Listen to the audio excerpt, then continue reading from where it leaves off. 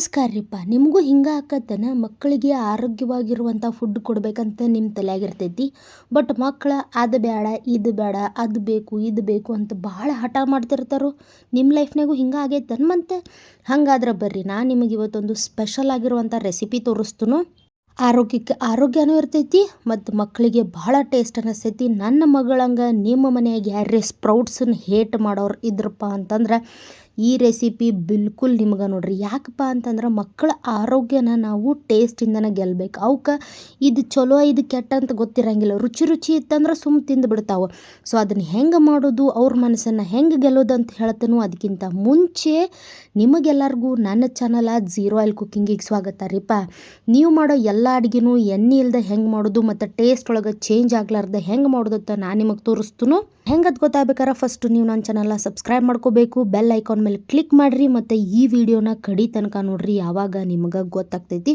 So ನಾ ಇಲ್ಲೇನು ಮಾಡೇನಪ್ಪ ಅಂತಂದ್ರೆ ಎಲ್ಲ ಕಾಳನ್ನು ಮಿಕ್ಸ್ ಮಾಡಿ ಹಾಕಿ ಒಂದು 200 ಗ್ರಾಮಷ್ಟು ಸ್ಪ್ರೌಟ್ಸನ್ನ ರೆಡಿ ಮಾಡ್ಕೊಂಡೇನಿ. ಇದ್ರಾಗ ಎಲ್ಲ ಥರ ಕಾಳು ಮಿಕ್ಸ್ ಅದಾವು.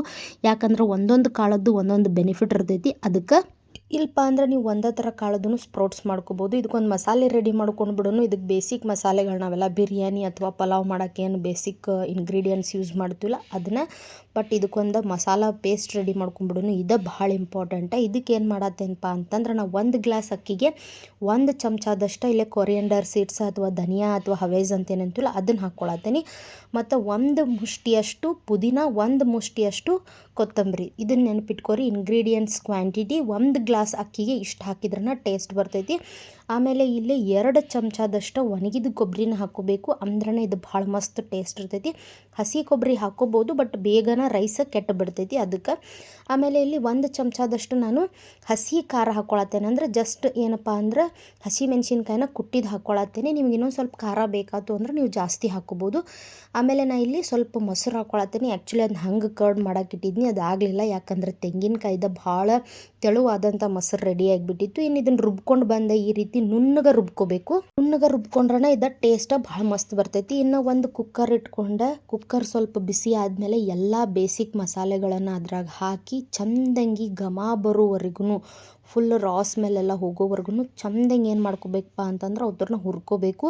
ಇಲ್ಲಿ ನೀವು ಯಾವುದು ಎಣ್ಣೆ ತುಪ್ಪ ಹಾಕೋ ಅವಶ್ಯಕತೆ ಇಲ್ಲ. ಚಂದಂಗೆ ಹುರಿದ ಮೇಲೆ ಒಂಥರ ಘಮ ಸ್ಟಾರ್ಟ್ ಆದಮೇಲೆ ಏನು ಮಾಡ್ರಪ್ಪ ಅಂದ್ರೆ ಉದ್ದುದ್ದಕ್ಕೆ ಕಟ್ ಮಾಡಿ ಇಟ್ಕೊಂಡಿರುವಂಥ 2 ಮೀಡಿಯಮ್ ಸೈಜ್ ಉಳ್ಳಾಗಡ್ಡಿ ಅಥವಾ ಈರುಳ್ಳಿನ ಇಲ್ಲಿ ಹಾಕತ್ತೀನಿ. ಇಮಿಡಿಯೇಟಾಗಿ ನಾನು ಇಲ್ಲಿ 2 ಸ್ಮಾಲ್ ಸೈಜ್ ಕಟ್ ಮಾಡ್ಕೊಂಡಿರುವಂಥ ಟೊಮ್ಯಾಟೊ ಹಾಕತ್ತೀನಿ. ಯಾಕೆ ಎಣ್ಣೆ ಇಲ್ಲದೆ ಮಾಡುವಾಗ ಟೊಮ್ಯಾಟೊ ಈರುಳ್ಳಿ ಜೊತೆಗೆ ಹಾಕಬೇಕಪ್ಪ ಅಂತಂದ್ರೆ ಟೊಮ್ಯಾಟೊ ಒಳಗಿನ ನೀರಿನಂಶ ಬಿಡ್ತೈತಲ್ಲ, ಅದರಿಂದ ಈರುಳ್ಳಿ ನೀರಿನಂಶ ಎರಡೂ ಸೇರಿ ಚಂದಂಗಿ ಬೇಯ್ತೈತಿ. ಟೇಸ್ಟ್ ಚೇಂಜ್ ಆಗಂಗಿಲ್ಲ. ಹೊತ್ತಾಕತ್ತೈತಿ ಅಂದಾಗ ಏನು ಮಾಡಿರಿ, ಸ್ವಲ್ಪ ನೀರು ಹಾಕ್ಕೊಂಡು ಚಂದಂಗೆ ಅದನ್ನು ಬೇಯಿಸ್ಕೊರಿ. ಈರುಳ್ಳಿ ಮತ್ತು ಟೊಮ್ಯಾಟೊ ಫುಲ್ ಮೆತ್ತಗಾಗಬೇಕು. ಈರುಳ್ಳಿ ಫುಲ್ ಟ್ರಾನ್ಸ್ಪರೆಂಟ್ ಆಗಬೇಕು.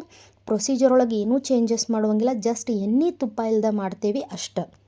ಸೊ ಟೊಮ್ಯಾಟೊ ಈರುಳ್ಳಿ ಎಲ್ಲ ಚಂದಂಗಿ ಬೆಂದ ಮೇಲೆ ನಾನು ಇಲ್ಲಿ ಕರಿಬೇವು ಹಾಕ್ಕೊಳತ್ತೀನಿ. ಮೊದಲು ಹಾಕಿರೋ ಸುಡೋ ಚಾನ್ಸಸ್ ಇರ್ತೈತಿ, ಟೇಸ್ಟ್ ಚೇಂಜ್ ಆಗ್ತೈತಿ. ಅದಕ್ಕೆ ಆಮೇಲೆ ಹಾಕ್ಕೊಳತ್ತೀನಿ. ಮತ್ತು ಶುಂಠಿ ಬೆಳ್ಳುಳ್ಳಿ ಪೇಸ್ಟ್ ನಾನು ಇಲ್ಲಿ 2 ಚಮಚದಷ್ಟು ಹಾಕ್ಕೊಳತ್ತೀನಿ. ಎಲ್ಲನೂ ಚಂದಂಗೆ ಏನು ಮಾಡ್ತೇನಪ್ಪ ಅಂದ್ರೆ ಮಸ್ತ್ ಬೇಯಿಸ್ಕೊತೀನಿ. ನಿಮಗೆ ಸ್ವಲ್ಪ ನೀರಿನ ಅವಶ್ಯಕತೆ ಐತಿ, ತಳ ಹಿಡಿಯಾಕತ್ತೈತಿ ಅಂದ್ರೆ ಮತ್ತೊಂದು 2 ಚಮಚದಷ್ಟು ನೀವು ನೀರನ್ನು ಆ್ಯಡ್ ಮಾಡ್ಕೋಬೋದು. ನಾನು ಇಲ್ಲಿ ವೀಡಿಯೋದಾಗ ತೋರಿಸೇನೆ ನೋಡು. ಸೊ ಹಿಂಗೆ ನೀರನ್ನ ಆ್ಯಡ್ ಮಾಡ್ಕೊಂಡು ಬೇಯಿಸೋದ್ರಿಂದ ಯಾವುದೇ ಆದಂಥ ಪದಾರ್ಥಗಳು ಹೊತ್ತಂಗಿಲ್ಲ, ಟೇಸ್ಟ್ ಚೇಂಜ್ ಆಗಂಗಿಲ್ಲ.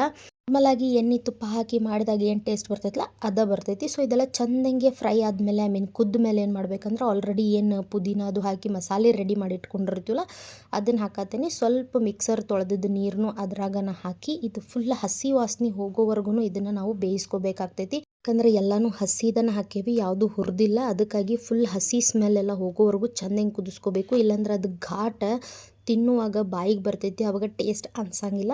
ಸೊ ಇದ್ರ ಜೊತೆ ನಾನು ಇಲ್ಲಿ ಏನು ಮಾಡತ್ತೇನಪ್ಪ ಅಂತಂದ್ರೆ ಸ್ವಲ್ಪ ಅರ್ಶಿಣದ ಪುಡಿ ಹಾಕ್ಕೊಳತ್ತೀನಿ. ಹಂಗೆ ಕಸೂರಿ ಮೇಥಿ ಕೂಡ ನಾನು ಇಲ್ಲಿ ಆ್ಯಡ್ ಮಾಡ್ಕೊಳತ್ತೀನಿ. ಆ್ಯಸ್ ಯೂಶ್ವಲ್ ನಿಮ್ಗೆ ಗೊತ್ತೈತಲ್ಲ, ಮೊದಲು ಆ್ಯಡ್ ಮಾಡ್ಕೊಂಡ್ರೆ ಕಸೂರಿ ಮೇಥಿ ಸುಟ್ಟು ಹೋಗ್ತೈತಿ, ಟೇಸ್ಟ್ ಬರೋಂಗಿಲ್ಲ, ಆ ಘಮ ಬರೋಂಗಿಲ್ಲ. ಅದಕ್ಕೆ ಲೇಟರ್ ಸ್ಟೇಜ್ ಒಳಗೆ ನಾನು ಇಲ್ಲಿ ಆ್ಯಡ್ ಮಾಡ್ಕೊಳತ್ತೀನಿ. ಸೊ ಇದನ್ನೆಲ್ಲನೂ ಚಂದಂಗೆ ರಾ ಸ್ಮೆಲ್ ಹೋಗಿ ಗಟ್ಟಿಯಾಗಿ ಒಣಗಿದ ತೆಂಗಿನಕಾಯಿ ಏನು ಹಾಕ್ತೀವಲ್ಲ ನಾವು ಅದರೊಳಗಿಂದ ಎಣ್ಣೆ ಅಂಶ ಬಿಡಕ್ಕೆ ಸ್ಟಾರ್ಟ್ ಆಗ್ತೈತಿ. ನೀವು ಇಲ್ಲಿ ನೋಡ್ಬೋದು ವಿಡಿಯೋದಾಗ ನಿಮಗೆ ಗೊತ್ತಾಗ್ತೈತಿ. ಸ್ವಲ್ಪ ಆಯ್ಲಿ ಅನ್ಸಕ್ಕೆ ಸ್ಟಾರ್ಟ್ ಆಗ್ತೈತಿ ಮತ್ತು ಸ್ಮೆಲ್ ಒಳಗೂ ನಿಮಗೆ ಗೊತ್ತಾಗ್ತೈತಿ ಆ ತೆಂಗಿನಕಾಯಿ ಎಣ್ಣೆ ಬಿಟ್ಟೈತಿ ಅಂತ ಹೇಳಿ. ಸೊ ಆ ಟೈಮ್ ಒಳಗೆ ಏನು ಮಾಡ್ರಪ್ಪ ಅಂತಂದ್ರೆ ನೀವಿಲ್ಲಿ ಸ್ಪ್ರೌಟ್ಸ್ ಏನು ರೆಡಿ ಮಾಡಿ ಇಟ್ಕೊಂಡಿರ್ತೀವಲ್ಲ ಅದನ್ನು ನೀವು ಆ್ಯಡ್ ಮಾಡ್ಬೋದು. ನಿಮ್ಗೆ ಸ್ಪ್ರೌಟ್ಸ್ ಬೇಡ ಅಂತಂದ್ರೆ ನೀವು ಬೇರೆ ವೆಜಿಟೇಬಲ್ಸು ಇಲ್ಲ ನಿಮಗೆ ಇಷ್ಟವಾದದ್ದನ್ನು ಕೂಡ ನೀವಿಲ್ಲಿ ಆ್ಯಡ್ ಮಾಡ್ಕೋಬೋದು. ಸೊ ಇದನ್ನು ಸ್ಪ್ರೌಟ್ಸ್ ಒಳಗೆ ಈ ಮಸಾಲೆ ಎಲ್ಲನೂ ಚಂದಂಗೆ ಹೀರ್ಕೊಳ್ಳೋ ಸಂಬಂಧ ಇದನ್ನ ಚಂದಂಗೆ ಕಲಿಸಿ ಒಂದು 2 ಕುದಿ ಬರೋವರೆಗೂ ಇದನ್ನು ಚಂದಂಗಿ ಕುದಿಸ್ಕೊರಿ. ನೀವು ವಿಡಿಯೋದಾಗ ನೋಡತ್ತೀರಿ. ಅದಾದಮೇಲೆ ನಾನು ಇಲ್ಲಿ ಒಂದು 15ರಿಂದ 20 ನಿಮಿಷ ಮೊದಲು ನೆನೆಸಿಟ್ಕೊಂಡಿರುವಂಥ ಸೋನಾ ಮಸೂರಿ ಅಕ್ಕಿನ ಯೂಸ್ ಮಾಡತ್ತೀನಿ. ನೀವು ಬೇಕಾದ್ರೆ ಬಾಸುಮತಿ ಅಕ್ಕಿನೂ ಯೂಸ್ ಮಾಡ್ಕೋಬೋದು. ಸೊ 1 ಗ್ಲಾಸ್ ಅಕ್ಕಿಗೆ ನಾನು ಇಲ್ಲಿ 2 ಗ್ಲಾಸಷ್ಟು ನೀರು ಹಾಕೀನಿ. ಸೊ ನೀವು ಬಾಸುಮತಿ ತೊಗೊಂಡಿದ್ರಪ್ಪ ಅಂದ್ರೆ 1 ಗ್ಲಾಸ್ ಅಕ್ಕಿಗೆ 1.5 ಗ್ಲಾಸು ಅಥವಾ 1/4 ಗ್ಲಾಸಷ್ಟು ನೀವು ನೀರು ಹಾಕಿದ್ರೆ ಸಾಕಾಗ್ತೈತಿ. ಉಪ್ಪನ್ನು ಅಡ್ಜಸ್ಟ್ ಮಾಡಿಕೊಂಡು 2 ವಿಸಿಲ್ ತೊಗೊಂಡ್ರೆ ಈ ಒಂದು ಸ್ಪ್ರೌಟ್ಸ್ ಪಲಾವ್ ಅಥವಾ ಸ್ಪ್ರೌಟ್ಸ್ ಬಿರಿಯಾನಿ ನಿಮಗೆ ರೆಡಿ ಆಗ್ತೈತಿ. ಯಾವಾಗಲೂ ಮಕ್ಕಳಿಗೆ ತಿನ್ನಿಸ್ಬೇಕಾದ್ರೆ ಬಲವಂತ ಮಾಡಬೇಕು ಅಥವಾ ಅವ್ರ ಜೊತೆ ಜಗಳ ಮಾಡಬೇಕು ಅನ್ನೋದೇ ಇರೋಂಗಿಲ್ಲ. ಅವರಿಗೆ ಬೇಕಾದಂಗೆ ರುಚಿ ಒಳಗೆ ನಾವು ಚೇಂಜ್ ಮಾಡಿ ಕೊಟ್ಟಿವಪ್ಪ ಅಂದ್ರೆ ಡೆಫಿನೆಟ್ಲಿ ಮಕ್ಕಳು ಅದನ್ನು ತಿಂತಾರೋ. ನನ್ನ ಮಗಳಿಗೆ ಇದನ್ನು ನಾನು ಫಸ್ಟ್ ಏನೂ ಹೇಳಿಲ್ಲ, ಇದು ಸ್ಪ್ರೌಟ್ಸ್ ಪಲಾವ್ ಐತಿ ಏನೂ ಹೇಳಿಲ್ಲ ಅವಳಿಗೆ. ಸ್ವಲ್ಪ ತಿನ್ಸಿದ್ನಿ ಮೊಸರೊಳಗೆ ಕಲಿಸಿ. 1ನೇ ತುತ್ತು ತಿಂದಳು, 2ನೇ ತುತ್ತಿಗಂತೂ ಮಾತೇ ಇಲ್ಲ, 3ನೇ ತುತ್ತಿಗೆ ನಕ್ಕೋತ ಅಮ್ಮ ಮಸ್ತ್ ಐತಾ, ನೀನು ಸ್ಪ್ರೌಟ್ಸ್ ಹೇಳಿಲ್ಲ ಅದನ್ನ ಹಾಕ್ಲಾರ್ದ ಮಾಡಿ ನೋಡು, ಅದಕ್ಕೆ ಚಲೋ ಆಗೈತಿ ಅಡುಗೆ ಅಂತಂದ್ಲು. ನಾನು ಮನಸ್ಸೊಳಗೆ ನಕ್ಕೊಂತ ಅನ್ನಿ ಮಗಳ ನೀ ಹೇಳ್ದಂಗೆ ಮಾಡೇನಿ ಅಂಥೇಳಿ. ನಮಗೇನು ಬೇಕು ಅಮ್ಮಂದಿರಿಗೆ ಮಕ್ಕಳ ಆರೋಗ್ಯ ಅಷ್ಟೇ ಬೇಕು. ಸೊ ಅವ್ರಿಗೆ ಇಷ್ಟ ಆಗೋ ರೀತಿಯಲ್ಲಿ ನಮಗೆ ಬೇಕಾದಂಥ ಆರೋಗ್ಯಕರ ರುಚಿಕರವಾದಂಥ ಅಡುಗೆಗಳನ್ನು ಅವ್ರಿಗೆ ಮಾಡಿಕೊಟ್ರೆ ಅವರು ಹ್ಯಾಪಿಯಾಗಿರ್ತಾರೋ, ನಾವು ಹ್ಯಾಪಿಯಾಗಿರ್ತೀವಿ. ಸೊ ನಿಮ್ಮ ಮನ್ಯಾಗ ನಿಮ್ಮ ಮಕ್ಕಳು ಯಾವುದನ್ನು ಜಾಸ್ತಿ ತಿನ್ನಕ್ಕೆ ಇಷ್ಟಪಡಂಗಿಲ್ಲ, ನೀವು ಅದಕ್ಕೆ ಏನು ಮಾಡ್ತೀರಿ ಅನ್ನೋದನ್ನು ಕಮೆಂಟ್ದಾಗ ತಿಳಿಸ್ರಿ. Thank you so much for watching. ನಾಳೆ ಮತ್ತೆ ಮೀಟ್ ಆಗೋನು. ಬಾಯ್.